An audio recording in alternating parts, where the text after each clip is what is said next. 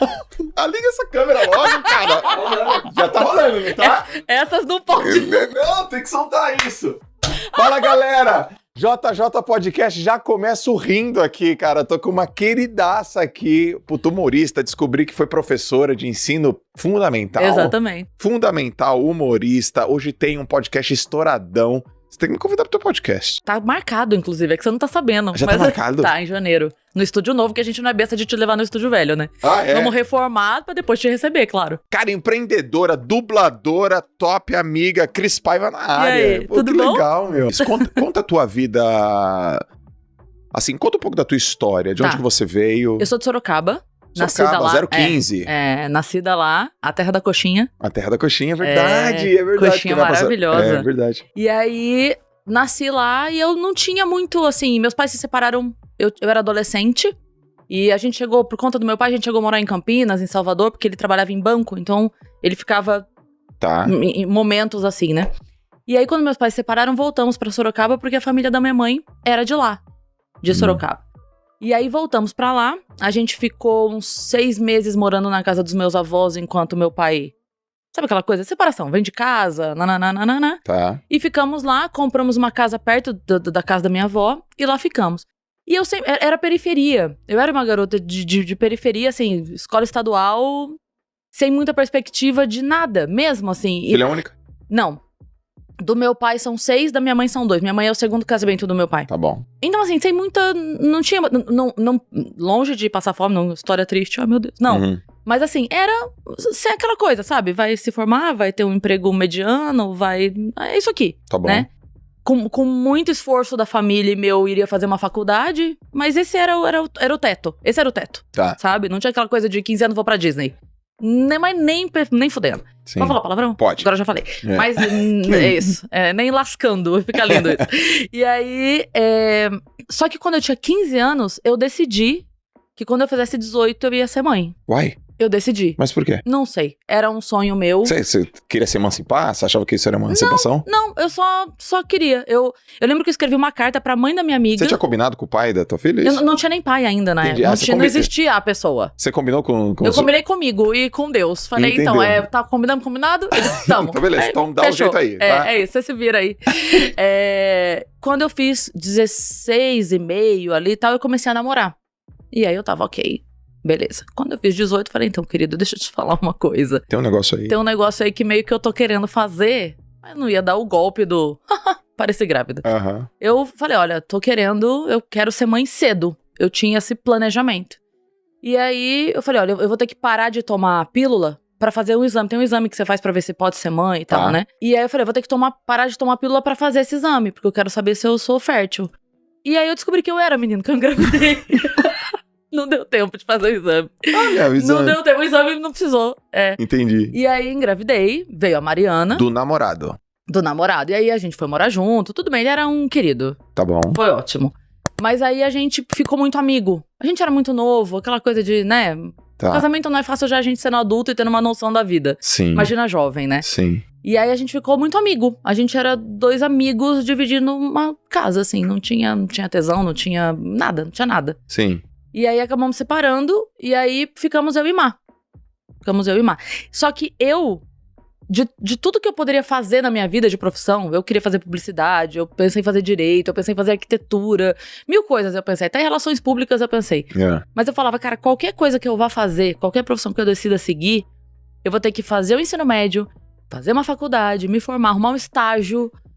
Eu tenho 10 anos de gap aí pra poder ser mãe. E eu não quero. Eu quero uma profissão que me dê... Então eu preciso de uma profissão que dependa só de mim. Que dependa mais de mim do que dos outros. Eu falei, cara, se eu me formar professora, estudar pra concurso só depende de mim. E aí foi o que eu fiz. Então eu fui pra essa área, não que eu odiasse, mas não era longe de ser o dom. Longe de ser o que eu nasci pra fazer, sabe? Mas eu falei assim, cara, eu vou... E aí só depende de mim. E de fato foi. Assim, eu me formei, um mês depois eu já tava concursada trabalhando. Eu passei em 3 concursos públicos. Porque eu falei, cara, isso aqui é assim, ó.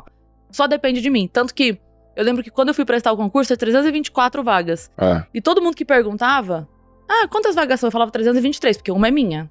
Uau. Vocês briguem pelas 323 aí. Vocês fazem o que vocês quiserem, porque uma é minha. Sim. E eu estudava enlouquecidamente. E assim foi. Então, sempre fomos eu e a Má, juntas ali... Né? Tá ali ela. Tão juntos que tá aqui comigo verdade. hoje. Parece irmã, meu. Ela, não, a Mai é incrível, parceiraça.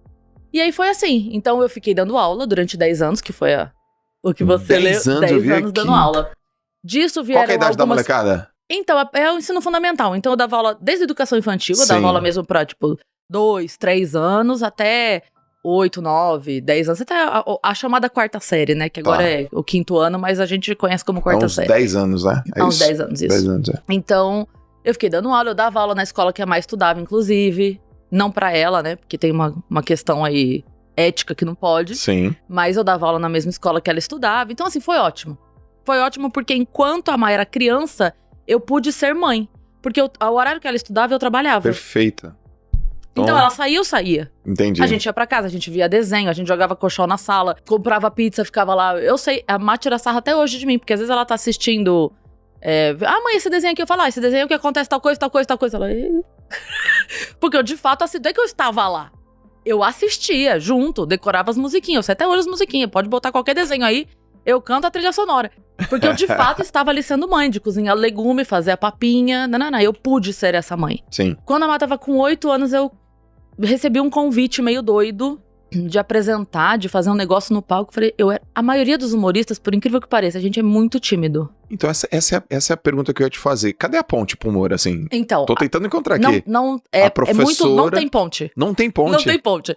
Tem quase que uma, como fala, Como é que, quando é puxado, como é que fala?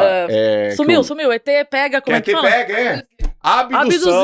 Cara, sumiu a palavra aqui, ó. Você foi abduzida pela comédia. Eu fui, porque assim, me falaram, Cris, apresentar. Eu falei, gente, mas jamais, palco, nunca. Eu tô de fralda só de você falar palco. A palavra palco, pra mim, eu já me caguei. Não vou. Mas como é que você era como professora? Assim, desse jeitão, pra frente, divertida, engraçada, piadista? Mas com os amigos eu consigo ser. Com pessoas que eu conheço, sim. Então, os alunos ali dentro da sala de aula, sim, a gente brincava, falava. Dentro de casa eu sempre fui. Tá. Com os amigos próximos, Cris Paiva tímida, eu vou falar, haha, é assim, muito. Mas no palco, até hoje eu não olho no olho de ninguém. Até hoje. Você olha pra onde? Eu tô olhando assim, ó. Pra mim é uma plantação de repolho, as cabecinhas assim, ó. Eu tô assim, ó. Não, tô ligado que é isso. Assim, eu não olho. Se eu bater o olho... Ainda mais for alguém conhecido. Joel, se um dia você for no meu show, não me conta. Porque eu não quero saber. Eu fico desesperado. Se eu tiver aqui, pum, Joel fala... Qual que é a sua agenda do próximo show? Já vi que a gente vai... Vou lá na primeira fileira. Sabe o Chaves? Eu vou fazer assim com toda certeza. Digo que, assim... É pra brincar. Se é pra brincar, é pra todo mundo brincar junto. Então eu não gosto, por exemplo, que fique estabelecido que num show de stand-up de mulher... Porque às vezes tem isso. No show de stand-up de mulher, só pode mulher. Já me perguntaram isso. Eu tenho um show que é Clube de Mulheres. Eu, Ariana Nucci e Anne Freitas. E já me perguntaram isso. Pode homem? Eu falo, você precisa ser papagaio pra entender piada de papagaio? Não. Então você não precisa ser mulher pra entender piada que uma mulher tá contando. É só um outro olhar pra uma coisa que todo mundo vive. Certo. Então assim, é óbvio que a gente vai contar a situação com outro olhar. Isso é óbvio porque somos diferentes. Sim. Eu até brinco com isso. Eu dou alguns exemplos assim de como somos diferentes, né? Eu digo que a mulherada se junta, a gente não consegue se comunicar. Eu falo, homem e mulher é tão diferente que a gente não consegue se comunicar por uma coisa simples. Sim. A mulherada se junta pra lutar pelos direitos, acho incrível, vai lá pro meio da Avenida Paulista do caralho, chega lá e faz o quê? Mostra a teta. Eu falo, gente, pro homem. Você mostrou a teta, ele não tá te ouvindo mais. Entendi. Eu falo, faz um teste, mostra a teta pro seu namorado, fala, vamos lá minha mãe domingo, ele fala, ele já não tá mais ali. Então assim, a gente é muito diferente por uma coisa besta. Sim. A menina tá fazendo uma coisa com uma intenção, chega no cara com outra intenção. A gente não consegue o mínimo de comunicação. De comunicação. Então, eu gosto de brincar com os dois lados. A falha masculina que tem, mas a falha feminina que tem também. A gente não pode ser uma coisa só de bater. Sabe? Eu sempre falo isso. Eu entendo que a gente passou muito tempo assim. Eu entendo. Existe aí uma questão histórica da mulher ter demorado pra um monte de coisas, socialmente falando. Tá. Mas tem muita gente que quer isso aqui. Eu não quero isso, eu quero isso. Entendi. Sabe? Não adianta brigar. Então, agora você... Não, agora nada. Calma. Vamos aqui, tá tudo bem. Tem coisa que ele faz melhor, tem coisa que a gente faz melhor. Tá tudo bem. Por que eu vou brigar pra trocar um pneu? Joel, olha só, nós dois vamos fazer um evento. Uhum. Nós vamos fazer um evento no Rio. Chamaram nós dois pra fazer um evento. Aí nós estamos indo de carro, lá, ó. Soltou um botão na tua camisa e furou o pneu. Você vai costurar? Vai. Eu vou trocar o pneu? Vou. A gente vai ficar 2 horas na estrada, Joel. Entendi. Pra que a gente vai fazer isso, Joel? Você troca o pneu em 15 minutos, eu costuro aqui teu botão e a gente segue. Entendi. Por que a gente precisa brigar com uma coisa? Entendeu? Ah, mas você não pode? Posso. Se eu quiser, eu troco o pneu. Se eu puder chegar no evento amanhã, eu paro e troco o pneu. Mas tá tudo bem. Mas é uma briga pra fazer. Tem uma frase que eu amo. Eu sou a rainha das frases, tá? Tem uma frase que eu amo que fala assim: a mulher não veio ao mundo pra fazer o que o homem pode fazer. A mulher veio ao mundo pra fazer o que o homem não consegue fazer. Eu entendo, mas todo mundo passou por problema. Todo mundo. Desde o empresário que tem 5 lojas e fechou 4, você fala, porra, mas continua com uma. Sim, mas pra ele é um problema. Entendeu? Pra ele é um problema. Com certeza. Desde o cara que não teve mais como pagar aluguel e teve que morar de favor na casa da mãe. Todo mundo teve o seu problema. E eu entendo que existem níveis pra esse problema. Mas a maneira de você sentir, eu acho que pode ser uma só. Eu vou te falar, eu passei por uma situação muito difícil na minha vida, que depois, se quiser, a gente entra no assunto, não é um segredo, é só porque... Muito bom. É muito bom, historiona e tal. Mas aí, eu tava começando a me reerguer, eu tava morando numa kitnet no Copan, tava começando a me reerguer, veio a pandemia. Aí dá-lhe a crise de novo, cata as coisas, não sei o quê, fui pra casa da minha mãe. Minha filha já estava ficando lá, e aí a casa da minha mãe, lá na periferia de Sorocaba, deste tamanho, já não cabia a minha filha. Quando eu cheguei, eu passei a pandemia toda dormindo num colchão com minhas roupas em 3 sacolinhas no corredor. Aí você fala, nossa, em momento algum, eu acordava todos os dias e falava assim, nossa, graças a Deus que tem esse colchão aqui, esse teto. Sim. Nossa, graças a Deus, a gente ia... vamos fazer pastel. Era uma festa, pergunta pra Má. Era uma festa a noite do pastel. A gente ia comer, não sei o que, a gente sentava na mesa e voltava. Eu adoro jogar board game. Eu tenho uma coleção boa de board games. Aí a gente jogava, passava a noite, porque eu acho que... Sabe, meu amigo falou uma coisa maravilhosa. Ele falou assim, a vida não te dá obstáculos, a vida te dá problemas. O obstáculo é você que considera um obstáculo. Ela te dá um problema. Sim. Então, assim, como é que você vai lidar com isso? Eu prefiro lidar da forma mais leve. Cara, assim...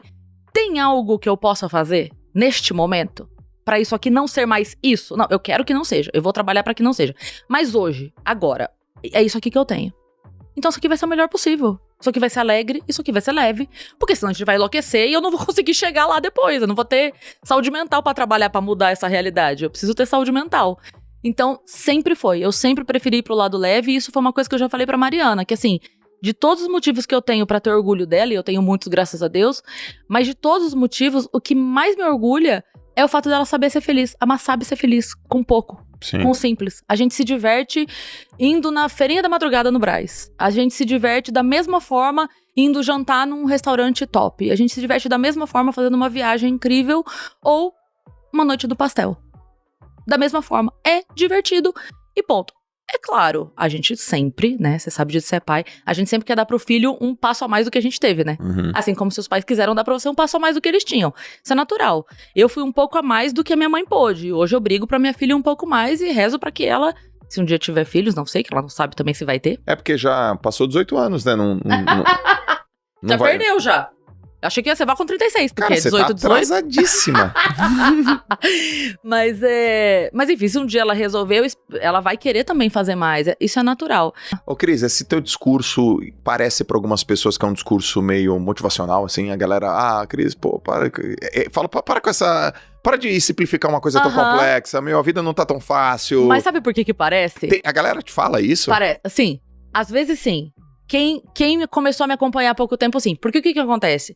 Eu estava lá, sendo pobre e feliz, há muito tempo, só que ninguém me conhecia, né?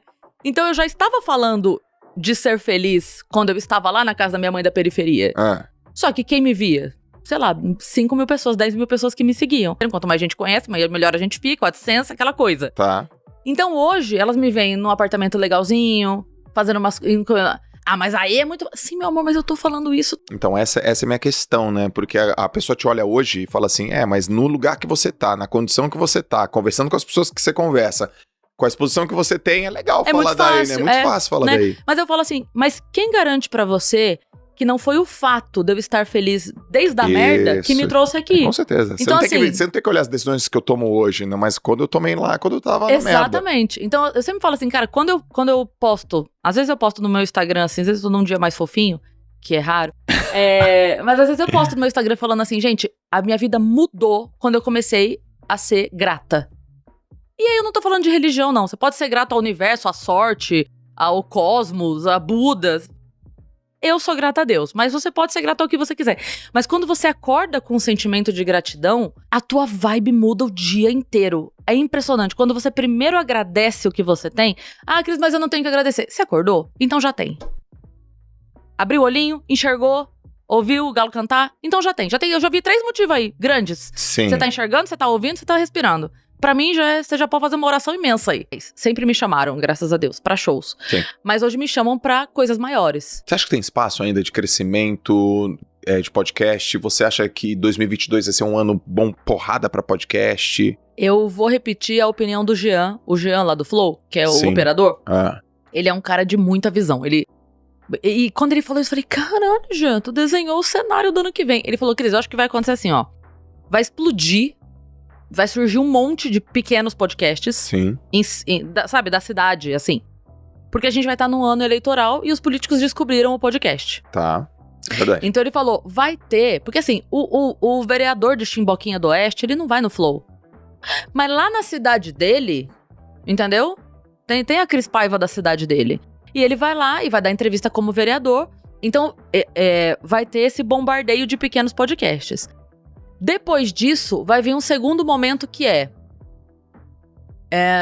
você nunca comeu, sei lá, acarajé. Você nunca comeu acarajé. Aí você passa e tem um lugarzinho ali no teu bairro, pequenininho na tua rua, você fala, eita, diferente esse negócio, vou provar. Aí você come o acarajé ali do teu bairro. Sim.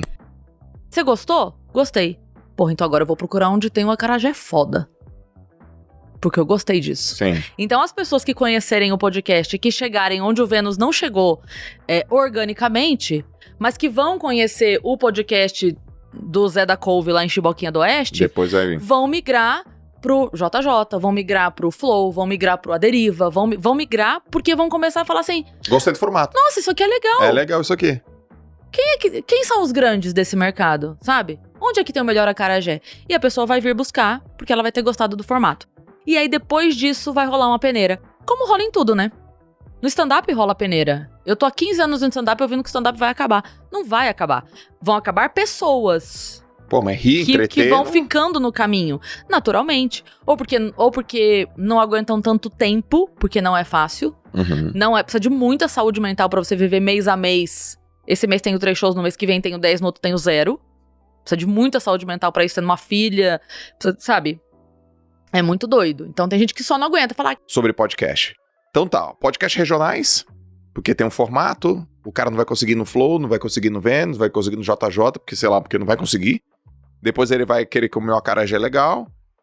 E aí, quem é o cara que vai sobreviver? É o cara que tem os melhores convidados, melhor conteúdo, melhor ritmo, melhor dinâmica, é o cara que tá mais no contexto. Por exemplo, até não sou um bom entrevistador, mas peguei uma pessoa que tem a ver com o assunto, que tem a ver com o momento, ela soltou uma... Tudo isso, ou tem alguma outra coisa que eu não te falei? Olha, é achismo, né? Porque a gente só vai saber quando acontecer. Mas eu acho que vai ter a galera do funil, sabe? Assunto específico. Então eu gosto desse tipo de assunto. Então eu consumo esse tipo de podcast que fala disso. Ok. Bom conteúdo ou bom convidado? Eu acho que uma coisa chama a outra. Porque assim, ó, já teve muito convidado do Vênus que chegou e a gente sempre, antes de começar, a gente fala, olha, fica à vontade, se tiver algum assunto que você não queira falar, a gente não costuma puxar assuntos polêmicos, não mesmo. Tá. Não é o nosso tom do Vênus. Mas se a gente entrar em algum assunto que você não gosta, é só desviar que a gente vai na tua e foge do assunto e boa, não precisa se preocupar. Muitas vezes da gente começar a falar isso, esse recado, tipo assim, olha, a gente não puxa assuntos polêmicos e a pessoa fala, por isso que eu tô aqui, eu sei, eu já vi vocês. Entendeu? O cara sempre seguro, então, um ambiente bacana. Tem muita gente que topou no Vênus que não topou em outros lugares. Por quê? Porque em outros lugares ela sabe que ela vai porque o cara tá buscando corte pra ter 1 milhão de views num corte da pessoa falando, me caguei. Ah, tá, querido, entendeu? Se a pessoa quiser me contar, ela vai contar. Ela vai ficar à vontade e vai contar, mas eu não preciso ficar espremendo. Ah, é? Mas e fulano? Você é amigo mesmo do fulano? Mas amigo mesmo? Nossa. Thiago já te passou a perna? Ah, e com essa sociedade, quanto por cento é? Caralho, sabe? Uma coisa que não tem porquê, assim. Se a pessoa se sentir à vontade de falar, ela vai falar. Então no Vênus a gente é muito mais... Cara, vamos só... Trocar uma ideia. Trocar uma ideia.